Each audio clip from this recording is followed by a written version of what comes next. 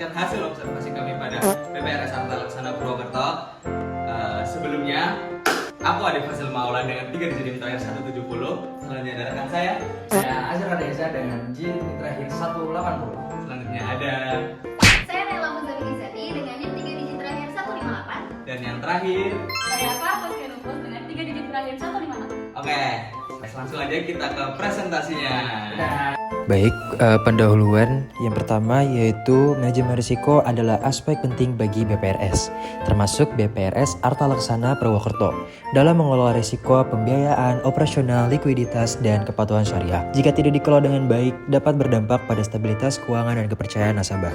BPRS ini menghadapi tantangan dalam menyeimbangkan regulasi, kebutuhan nasabah serta stabilitas keuangan ditambah pengaruh teknologi dan dinamika ekonomi. Manajemen risiko bukan sekadar mitigasi, tetapi juga strategi bisnis yang terintegrasi dengan kebijakan perusahaan. Analisis terhadap BPRS Arta Laksana Purwokerto dapat memberikan wawasan mengenai efektivitas strategi yang digunakan serta rekomendasi perbaikannya. Oke, slide selanjutnya adalah pembahasan akan dijelaskan oleh rekan saya Naila. Pembahasan selanjutnya yakni berdasarkan hasil temuan kami terdapat 8 risiko yang ada di BPRS Arta Laksana. Dari 6 risiko utama yang baru dijalankan terdapat 4 risiko yang diantaranya operasional, kredit, hukum, dan reputasi. Namun yang menjadi fokus utama saat ini adalah masalah pembiayaan. BPRS juga menjalani pemantauan khusus secara berkala karena ada laporan wajib untuk diberikan kepada OJK. Dalam hal ini terdapat orang yang bertugas dalam manajemen risiko agar masalah dapat dicegah, agar bisa terdeteksi sebelum masuk ke bagian lainnya dan semua menjadi terorganisir dengan baik. Proses manajemen risiko merupakan tindakan dari seluruh entitas terkait di dalam perusahaan yang di dalamnya terdapat berbagai tahapan yang saling berkaitan dan berulang untuk saling melengkapi dan menyempurnakan. Oke, slide selanjutnya akan dijelaskan oleh Farah. Selanjutnya terdapat rentang skala pada risiko di BPRS dengan rentang 1 sampai 5, mulai dari risiko rendah, risiko cenderung tinggi, dan risiko tinggi. Dalam penyusunan matriks risiko, BPRS merinci berbagai macam kategori risiko yang ada pada aktivitas bank dan kemudian merinci risiko apa saja yang terdapat pada setiap kategori risiko tersebut.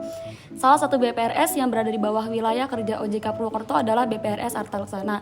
BPRS ini juga memastikan kepatuhan terhadap regulasi yang telah ditetapkan oleh OJK.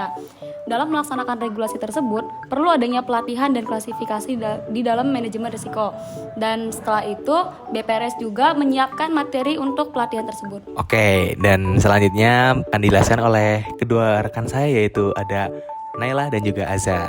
BPRS harus memahami manajemen risiko melalui pelatihan dan klasifikasi agar sesuai dengan regulasi yang berlaku.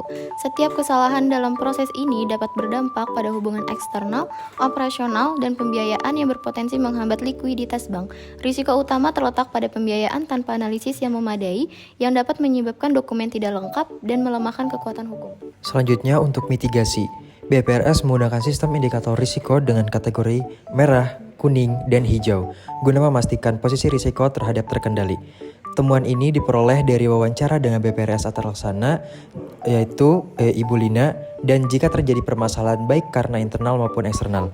Pada prinsipnya, pihak bank akan menyalurkan dana dalam bentuk pembiayaan, sudah melakukan analisa apakah calon nasabah layak mendapat fasilitas pembiayaan ataupun tidak. Kita sudah sampai di slide terakhir yaitu kesimpulan ya teman-teman. Jadi dari hasil diskusi kami, poin penting dalam manajemen risiko bukan hanya tentang mengantisipasi ataupun meminimalkan kerugian, namun ada hal lain seperti membangun ketahanan dan peluang strategis bagi organisasi itu sendiri. Di dalam manajemen risiko juga terdapat alat-alat untuk mengidentifikasi risiko dengan menunjukkan warning sign seperti warna hijau, kuning, dan merah untuk mengklasifikasikan tingkatan bahaya risiko. Di sini juga teknologi berperan cukup penting untuk mendukung penerapan manajemen risiko dan meningkatkan efektivitas dalam pengelolaannya. Oke, sekian dari kelompok 3. Terima kasih teman-teman.